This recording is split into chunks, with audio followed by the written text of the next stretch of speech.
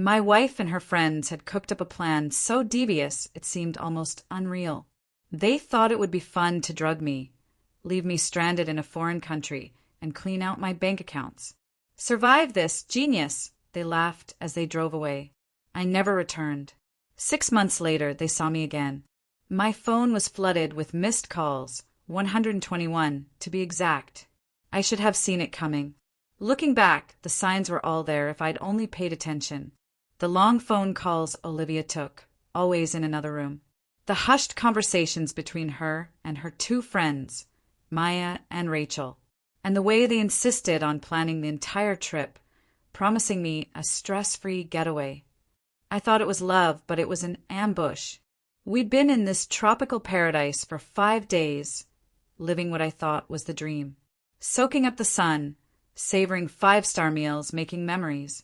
Or so I thought. On our last night, Olivia suggested we go out for drinks at a private lounge she'd found. It was a little off the beaten path, away from the busy tourist spots. She smiled sweetly when she asked me to join her, her fingers tracing the rim of her cocktail glass as she whispered, "Let's make tonight special." I was too blind to sense the venom in her words. The lounge was dimly lit, the kind of place that made everything feel surreal. We sat in a corner booth, Olivia on one side, her two best friends across from us. They laughed, sipped their drinks, leaning into each other like schoolgirls with a secret. I should have paid attention when Maya kept topping off my drink, her eyes darting to Olivia like they were waiting for something. I should have questioned why Rachel was so insistent that I try the imported whiskey, saying, "Come on, James. Just one more. It's your last night here." I remember taking that sip, the burn of the alcohol smooth but heavier than usual. A fog settled over me, my vision blurring, my limbs heavy. My thoughts slowed. I tried to speak, but my tongue wouldn't obey. That's when Olivia leaned in, her breath warm against my ear, and whispered, "Survive this, genius." Then everything went black. I have no idea how long I was out. When I woke up, I was lying on a stained motel mattress, my body aching like I'd been hit by a truck. The first thing that hit me was the smell, stale beer, sweat, something foul in the air. I took a few seconds to process my surroundings. I wasn't in our luxury hotel anymore. Panic set in as I sat up too quickly, my head spinning. My mouth was dry.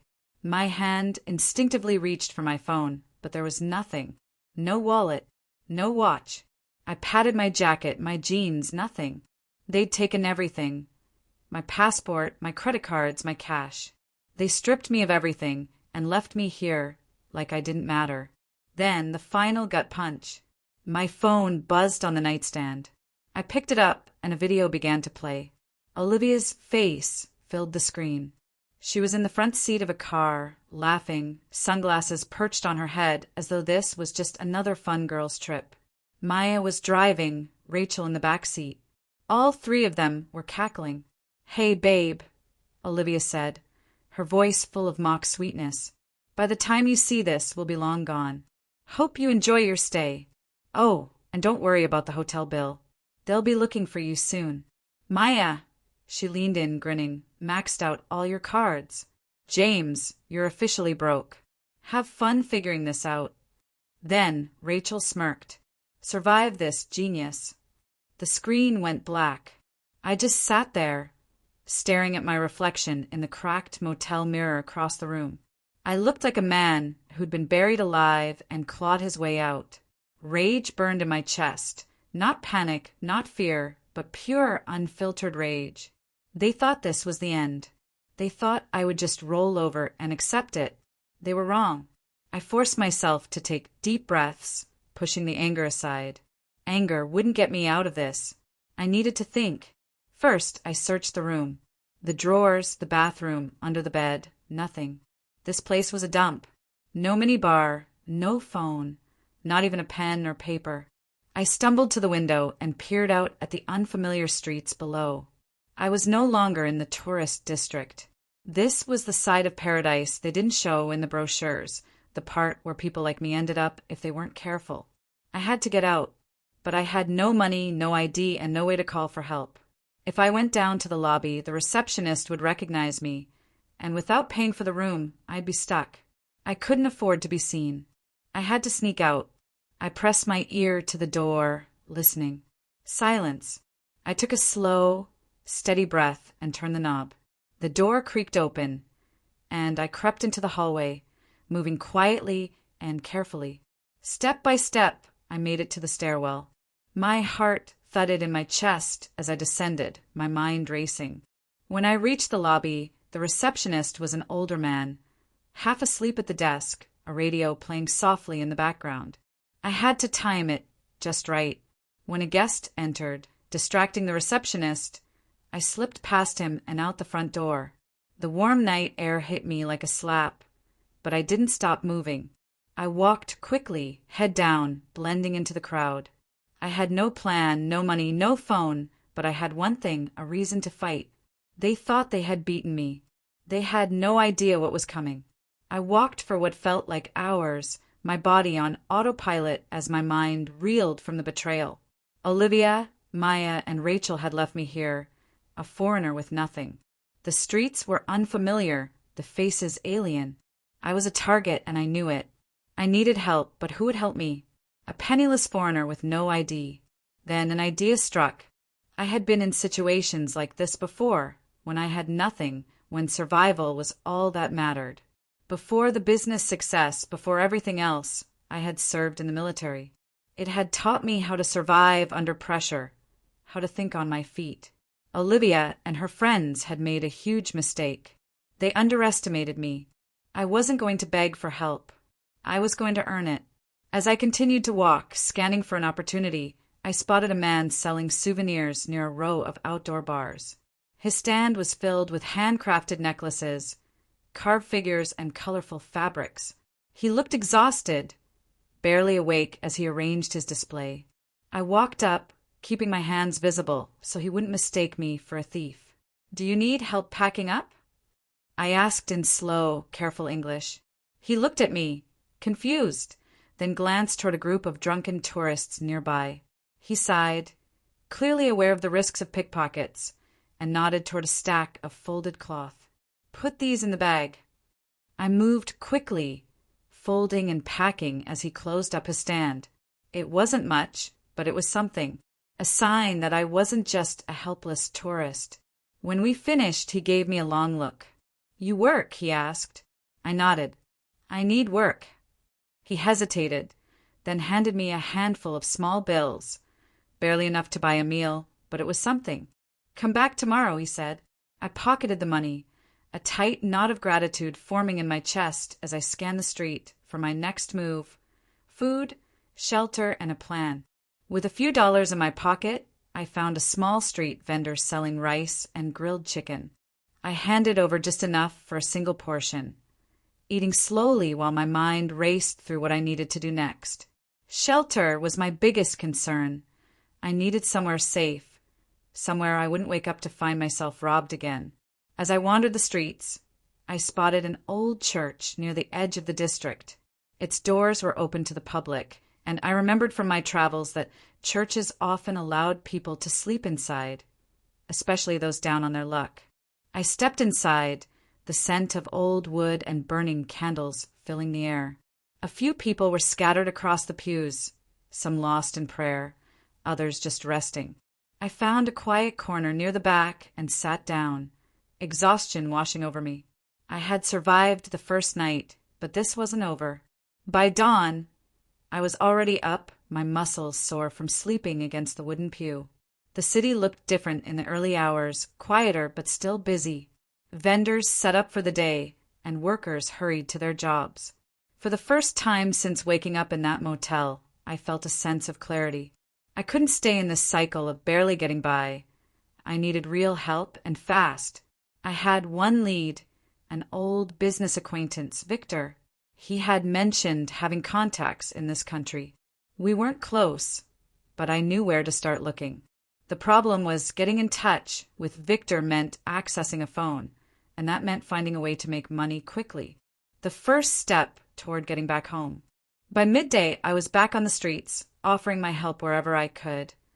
unloading deliveries, moving furniture for a small shop owner, even sweeping in front of a cafe. It wasn't much, but by the afternoon I had enough to pay for a short session at an internet cafe. I logged into an old email account, scanning for Victor's last message. My heart pounded as I found his number. Taking a deep breath, I borrowed a few more coins from my earnings and dialed. It rang and then, "James!" Victor's voice came through, cautious and confused. I exhaled sharply. "Victor, I need your help." The game was about to change. I wasn't out of the woods yet, but I had taken the first step. Olivia and her friends had no idea that their little game was about to take a very, very dark turn. Victor's silence stretched for a moment longer than I liked. I could hear faint sounds in the background, voices, the clicking of a keyboard, the occasional burst of laughter. He was at work, which meant I had caught him during office hours. Good. He wouldn't be able to brush me off. "James!" His voice came again, now laced with cautious disbelief. "Man, I haven't heard from you in years. Where the hell are you calling from?" I swallowed the bitter taste in my mouth, gripping the borrowed phone a little tighter. "I'm in trouble, Vic. I'm stranded in your country, with no money, no passport, and no way out. I need your help." A sharp inhale came from his end. "Damn, what happened?" I hesitated. I could have told him about Olivia and her scheming friends, about how they had drugged me and left me robbed in a motel. But the truth was, I didn't have time for pity. What I needed was a solution. "Long story," I said, "but I need a way to get back to the States. Do you still have those contacts in the consulate?" Victor sighed heavily. "Not as many as I used to. Things have changed since we last talked. But I might know someone who can help. Where are you now?" I glanced around the dingy internet cafe. Outdated computers, the tired-looking owner eyeing me, waiting for his payment. "Somewhere I can't stay for long. I need to move." "All right, there's a bar near the business district called El Toro. Ask for Luis and tell him Victor sent you. He's not the friendliest guy, but he owes me a favor." A bar. Not exactly the kind of place I wanted to trust, but right now, I didn't have the luxury of options. "Got it. Thanks, Vic. I owe you." "You already owed me," Victor muttered, then added, "Be careful, Jim.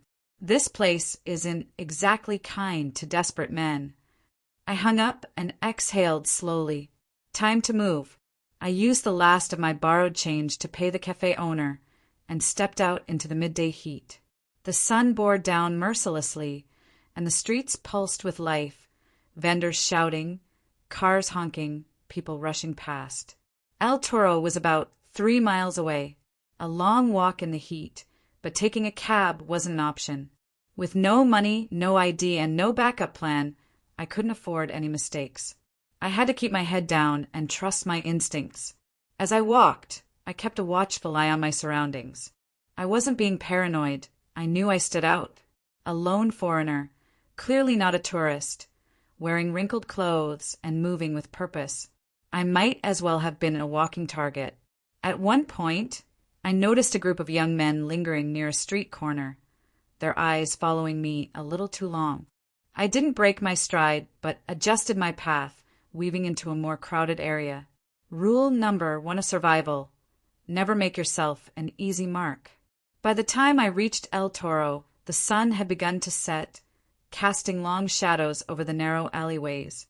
The bar wasn't much to look at. Worn-down signage, graffiti on the walls, and a bouncer built like a brick wall standing at the entrance. I approached him carefully. "I'm looking for Luis." The bouncer barely acknowledged me. Not my problem. I tried again. "Victor sent me." That got a reaction. The bouncer's eyes flicked over me, sizing me up, then jerked his head toward the door. Inside, the dim lighting took a moment to adjust to. The air smelled of stale beer and sweat, and low conversations blended with the hum of an old jukebox in the corner. It wasn't packed, but it was enough to make it clear this was a regular haunt for those who lived by their own rules. At the bar, a man in his late 40s sat nursing a drink. He had sharp eyes, a thick mustache, and an expression that told me he didn't have time for nonsense. "Luis?" I asked. He didn't look up. "Depends who's asking." "Victor sent me." That got his attention. His gaze lifted, studying me with a mix of curiosity and suspicion. "You look like you've had a bad week." "You have no idea," I muttered. Luis motioned to the stool next to him. "Sit." I did. "What do you need?" he asked, his voice slow. "Out of this country," I said. Luis let out a dry chuckle. "Not easy. Not cheap." I exhaled. I didn't have a choice. I had money, but I couldn't work. I tilted my head. "Work?"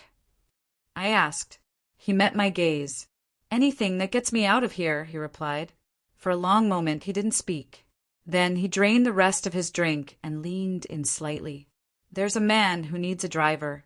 It's not exactly legal, but it pays well. Do this, and you'll have enough for a passport and a ticket." I didn't hesitate. "I'll do it." He smirked. "Figured you would." He pulled out his phone, typed something quickly, and looked back at me. "Be here tomorrow at 6 a.m. Don't be late." I nodded. "I'll be here." He stood and stretched. Then, with a glance, added, "One more thing." I raised an eyebrow. "Don't screw this up." With that, he walked off, leaving me alone at the bar. I had a job, a plan. For the first time since I woke up in that motel, I had hope. But something in Luis's voice told me this job wasn't going to be easy. If I messed it up, leaving this country might never happen. I didn't sleep that night. How could I? I was in a foreign country. My wife had taken me for everything I had, and the only chance I had at survival was a job I knew nothing about, offered by a man who seemed like he wouldn't hesitate to pull a trigger if someone stepped out of line. But I didn't have a choice. So I spent the night preparing.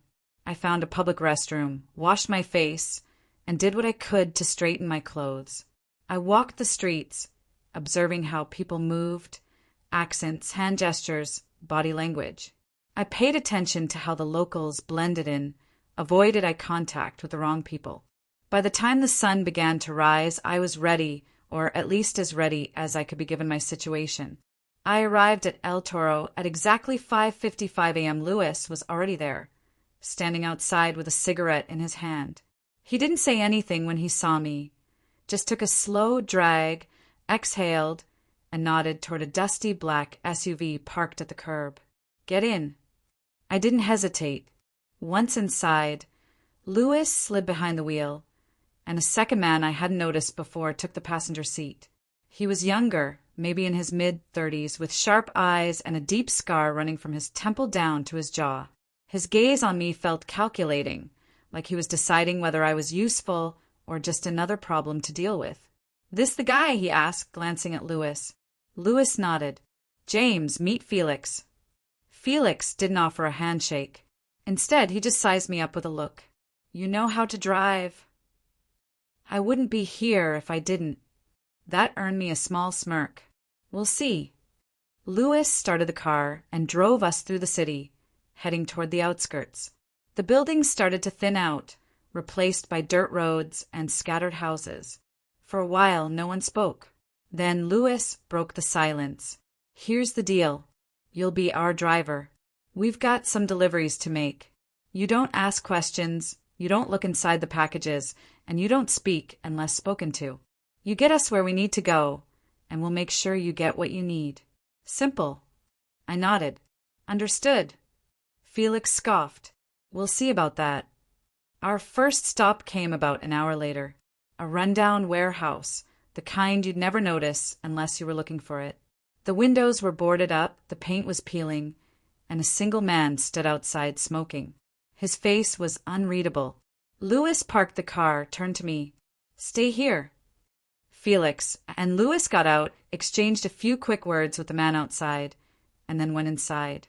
I sat in the car, gripping the steering wheel, trying to remain calm, but my mind raced. What exactly were we delivering? Drugs? Weapons? Stolen goods? It didn't matter. All that mattered was getting paid getting a passport, and getting out of this place before Olivia and her friends even knew I was still alive. Minutes dragged by, and then a loud thud came from the trunk. Louis and Felix returned quickly, urgency in their movements as they jumped into the car. "Drive," Louis said. I didn't ask why. I didn't look back. I hit the gas and sped off, the tires kicking up dust behind us. In the rear-view mirror, I saw the warehouse door burst open. 2 men ran out, one of them holding a gun now aimed at us. Felix cursed under his breath. Faster. I didn't need telling twice. I pressed the pedal to the floor, the SUV bouncing over the uneven terrain. Then a shot rang out.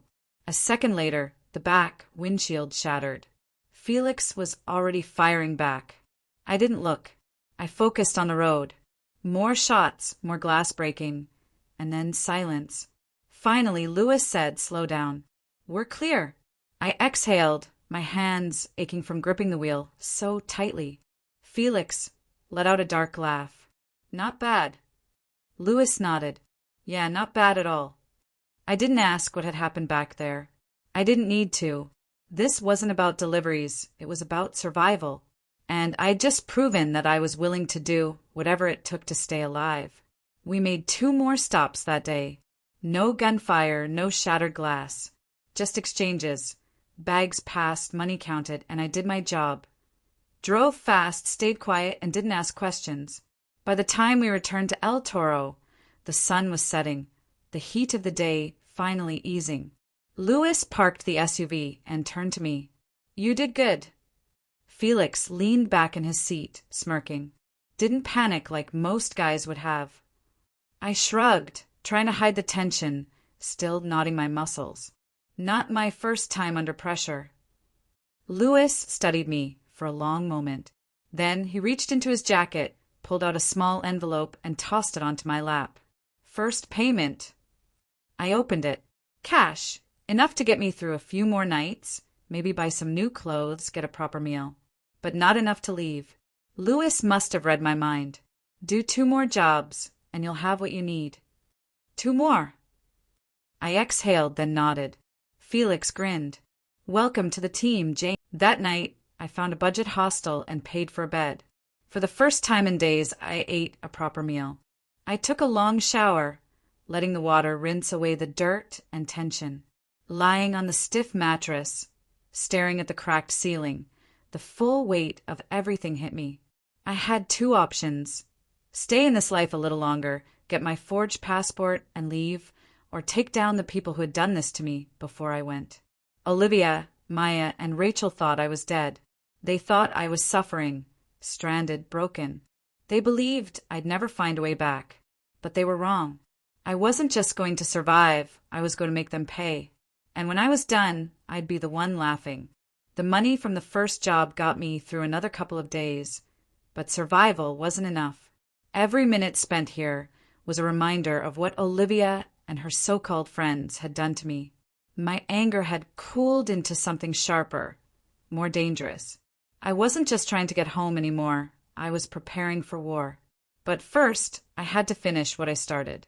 Luis had made it clear. I had 2 more jobs before I'd have enough for my fake passport and a ticket out. If that was the price of freedom, I'd pay it. The second job was a test of loyalty. I arrived at El Toro before dawn, just like before. Luis was waiting at the curb, a fresh cigarette between his fingers. This time, Felix wasn't with him. "Where's your guard dog?" I asked. Luis smirked. "Felix doesn't like being woken up early. But you look like you didn't sleep at all." He wasn't wrong. Sleep had been an afterthought since the moment I woke up abandoned in that motel. "Let's just get this done," I muttered. Luis nodded, flicked his cigarette away, and got into the SUV. I followed, the weight of the gun tucked in the glove compartment suddenly feeling heavier than before. We drove in silence for miles, the city shrinking behind us. The further we went, the rougher the roads became. Finally, we pulled up to a small airstrip. A single plane sat in the middle of the runway, the kind used for private cargo transport. A group of men stood near it, engaged in a conversation too far away for me to hear. Luis killed the engine. "This one's different," he said, turning to me. "Bigger deal, bigger risk. You screw up here. There's no coming back from it." I stared at the men near the plane, my gut already telling me what he wasn't saying. "This isn't just about driving, is it?" Luis shook his head. "No. Today you're my insurance." He reached into the glove compartment, pulled out a pistol, and set it on the dashboard. "You ever used one of these before?" I didn't answer right away. I had been in the military. I had handled weapons. But I wasn't the kind of man who resorted to violence without reason. Right now, though, my reasons were stacking up fast. So I picked up the gun, checked the magazine, full, chambered around, and looked at Luis. "What's the job?" Luis grinned. "That's what I like about you, James. You don't ask too many questions. A deal gone wrong." We got out of the car. Luis led me toward the group near the plane, his demeanor shifting into something casual, almost lazy, like this was just another day at work. The man in charge was Eduardo, a stocky guy with a shaved head and sharp eyes. He was flanked by two men, both armed, both watching us closely. Luis and Eduardo exchanged pleasantries, but I wasn't listening. My focus was on the body language. Something was off. Eduardo was tense, his men shifting their weight too much, their hands twitching near their weapons. Luis must have noticed too, because his voice dropped an octave. "You have the payment." Eduardo smiled, but it didn't reach his eyes. "About that." I felt the shift before it happened. Eduardo's men reached for their guns. Luis was faster. He pulled his own weapon. And before I could react, the air was filled with the deafening sound of gunfire. I ducked behind a stack of crates, my heart pounding. Luis had dropped one of Eduardo's men instantly, but the other was already firing back. I took a breath, forced myself to move, and fired twice. The second man crumpled. Eduardo turned to run, but Luis was on him, grabbing him by the collar and slamming him against the plane. "You try to set me up?" Luis hissed, pressing his gun against Eduardo's jaw. Eduardo coughed, his hands raised. "It wasn't my idea. Someone paid me to take you out." Luis's eyes narrowed. "Who?" Eduardo hesitated. Luis clicked the safety off. Eduardo panicked. "Some American woman. She said you were helping a man who shouldn't be here." My blood ran cold. An American woman. It had to be Olivia. Luis must have put the pieces together too, because his gaze flicked to me, his smirk returning. Well, James. Looks like someone's looking for you after all." Shifting priorities. Eduardo didn't make it out of that airstrip alive. Luis didn't say a word about it. Neither did I. We left the bodies behind, got into the SUV, and drove back toward the city. But my mind was racing. Olivia knew I was alive, which meant she was trying to stop me from getting back. And if she was willing to pay to have me taken out, that meant she wasn't just trying to run with the money. She was trying to erase me completely.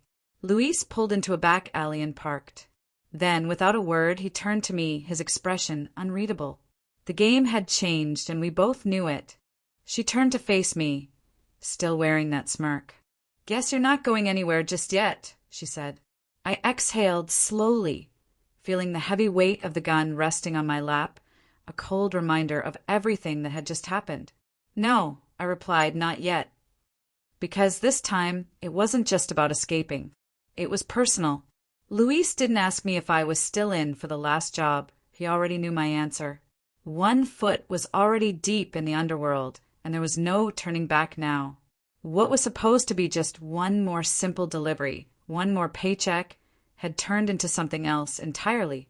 This time, I wasn't just going to finish my task and vanish. I was going to set my own trap. The game was about to change. For the next few days, I made sure to learn everything I could. Olivia and her crew hadn't fled the country. They were still living it up, spending my stolen money in luxury while thinking they had forgotten about me. They thought I was gone, that I was buried. They thought they had won, but I wasn't done yet. I had 2 days before the last job, and I was going to make sure Olivia knew exactly what she was up against. The first sign came when Olivia tried to use one of my stolen credit cards, and it was declined. Rachel got her own warning when she stepped out of the hotel to find her rental car gone. Maya, however, was the first to truly see my face again. I made sure of it. I waited until she was alone at a rooftop bar, sipping on some overpriced cocktail, and then slid into the seat across from her. I took a sip from her drink before leaning in with a smile. "Miss me?" She went pale. "Tell Olivia," I whispered. "She's next." Maya scrambled out of her chair, knocking over her drink in a panic, and ran. I didn't chase her. Let her go. The real hunt had just begun. The moment she saw me, I knew the game had changed. The ripple effect would start now. By the time I left the bar, I knew Olivia would be on edge, frantic. Maya would call her, voice shaky, gasping for breath, telling her that she'd seen a ghost.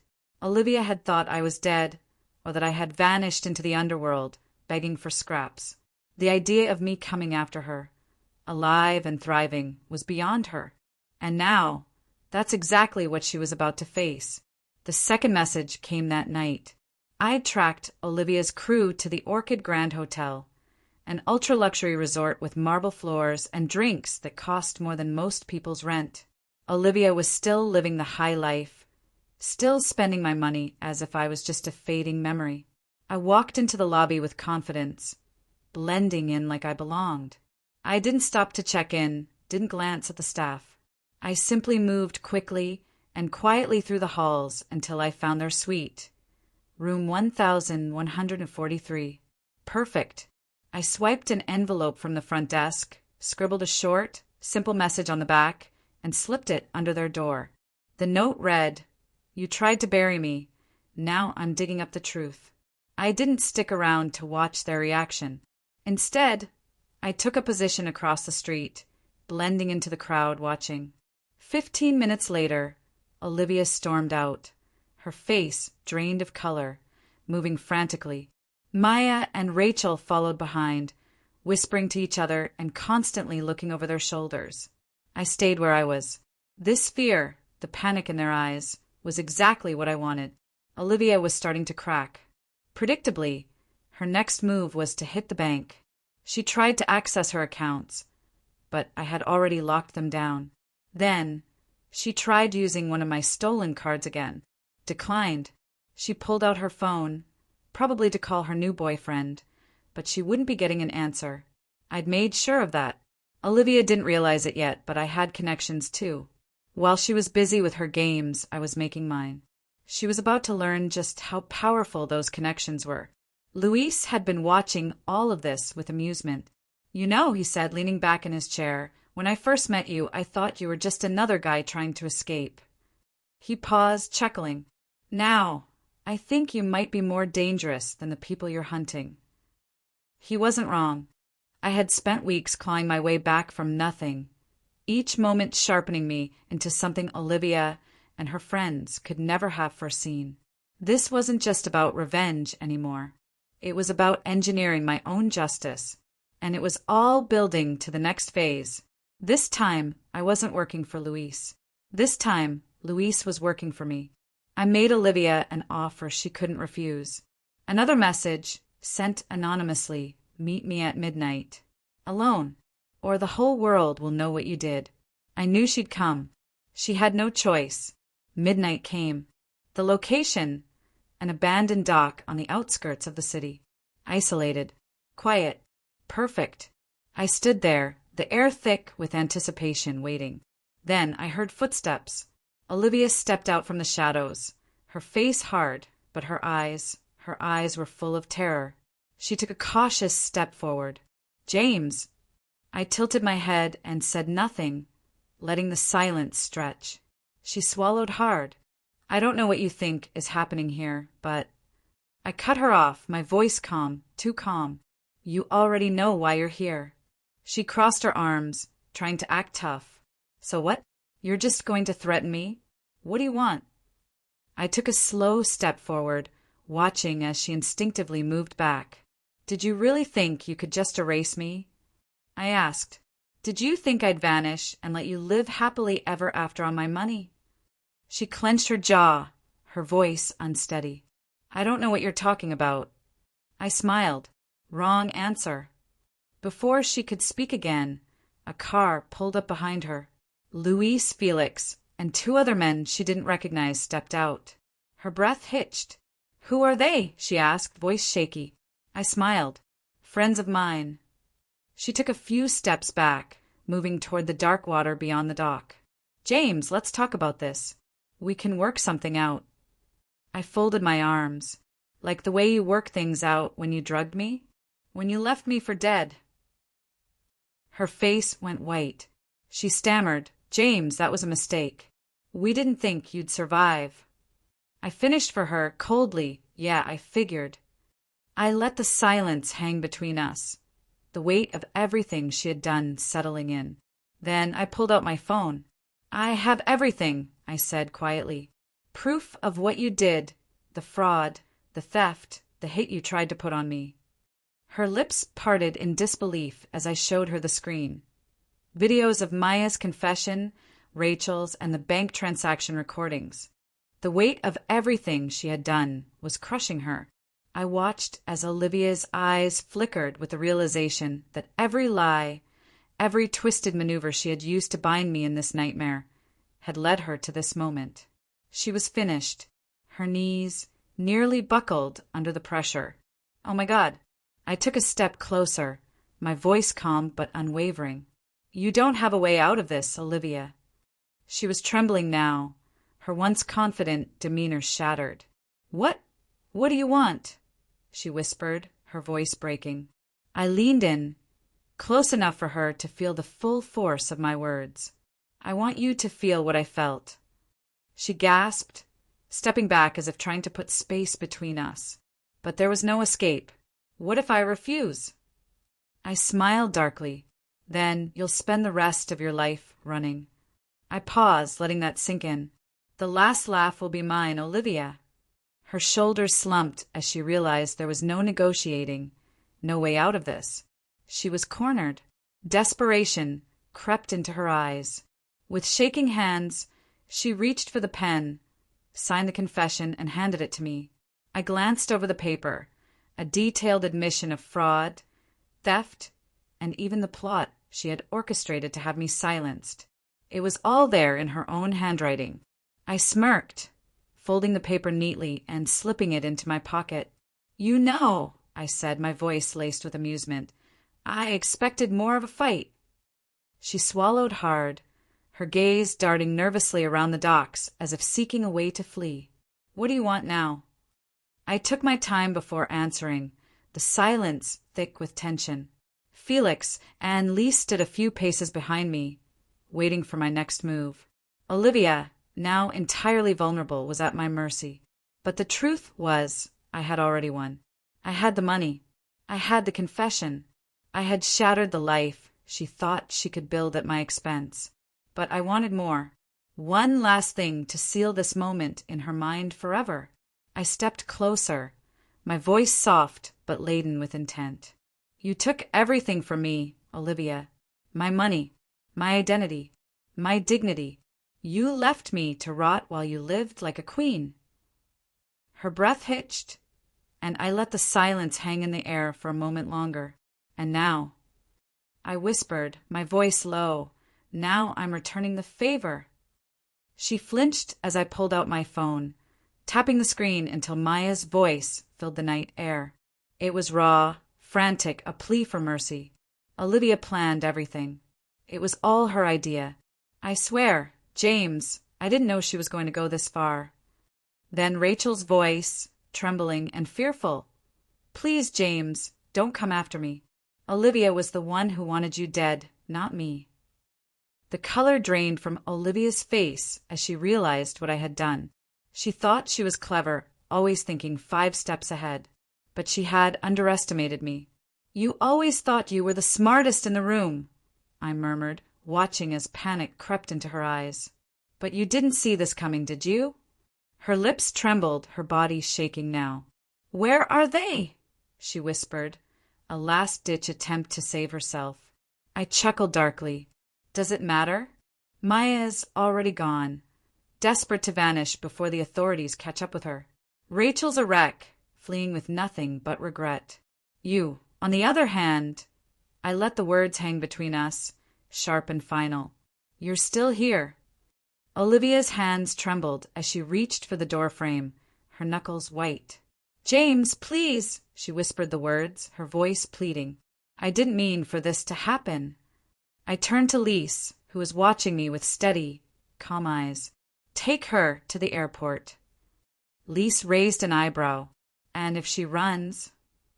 I smiled coldly. She won't. Olivia knew she had no choice now. There would be no escape. She had destroyed her own life, and I would be there to make sure she would never forget what she had done. Her flight was booked, her fate sealed. By morning, she was on a one-way flight back to the States, escorted by people who would ensure she didn't disappear. By noon, my fake passport was in my hand. By sunset, I walked through airport security with the quiet confidence of a man who had clawed his way out of hell and returned home, a different person from the one who had left. I sat in the terminal, waiting for my flight, when I saw it. Olivia's last message. The one she had sent before she'd left me to die. The one she had laughed about as she drove away. Survive this, genius. I stared at the screen, a slow smile tugging at my lips. I typed my response. I did. I hit send. As my flight was called, I walked toward my future, leaving Olivia and everything she had done behind. But I knew deep down that she would never escape what she had done. That, after everything, was the real last laugh. The world felt different now as I stepped off the plane, inhaling the crisp air of home. Weeks of being trapped in a foreign land had broken me, forced me to adapt in ways I never thought possible. The man who had boarded that plane with his wife had died in a cheap motel, alone, abandoned. The man standing here now was someone else entirely. Stronger, hardened, calculating. But this wasn't over. Not yet. I had my money back. I had Olivia's confession. I had ruined her illusion of power, but there was still one last thing to do. One final score to settle. And for that I needed to find her. The hunt began again. I knew Olivia would be hiding, running. It was what she did best. But running only worked if no one was chasing you, and Olivia had left a trail behind her. While I was overseas, I had made the right connections. Legal ones, yes, but also those that lived in the shadows. And one of them had been more than happy to dig into Olivia's movements the moment she landed back in the U.S. It didn't take long to find her. A flagged hotel transaction, a car rental, a name that didn't quite match the one she used, but had her fingerprints all over it. A mistake. I had her. The address led me to a quiet apartment complex on the outskirts of town. It wasn't grand, but it wasn't run down either. It was a place for someone who wanted to be forgotten. Olivia thought she could blend in here, that she could start over. She was wrong. I walked up to the door and knocked. Silence. Then hesitant footsteps. A moment later, the peephole darkened as she looked through it. I didn't blink. I didn't move. Open the door, Olivia, I said, my voice calm but firm. I heard her sharp inhale, and then nothing. She was debating, trying to decide whether to face me or pretend she wasn't home. I knocked again, harder this time. Don't make me ask twice. There was a long pause, and then the door creaked open, just enough for me to see her. Olivia looked like hell. Her hair was a mess, her eyes hollow with dark circles beneath them. She had always prided herself on appearances, but now she looked like someone who hadn't slept in days. She swallowed hard. What do you want?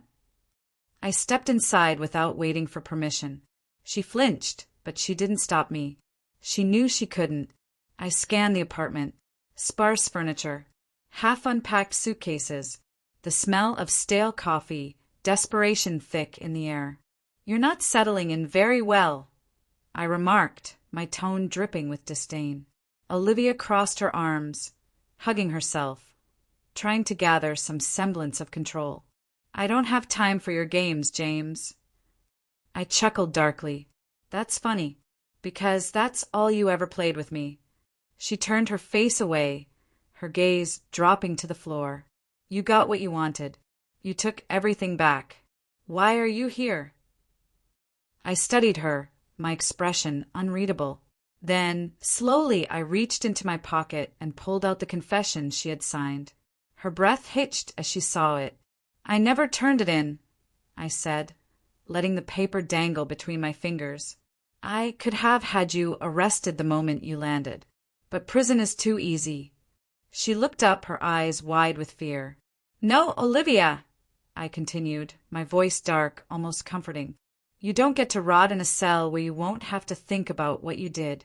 You're going to suffer the same way you made me suffer.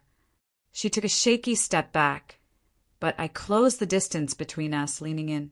Everywhere you go, I'll be there. Every time you try to start over, I'll be watching. You will never feel safe again. You will never have peace again.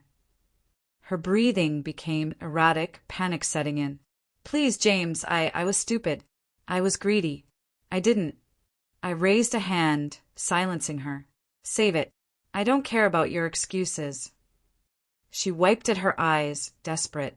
Then what do you want? I smiled slowly, a cold, calculated smile. I want you to live in fear.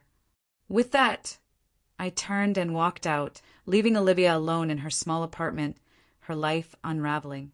Because the truth was, I had already won. And now, Olivia would spend the rest of her life looking over her shoulder, just like I had.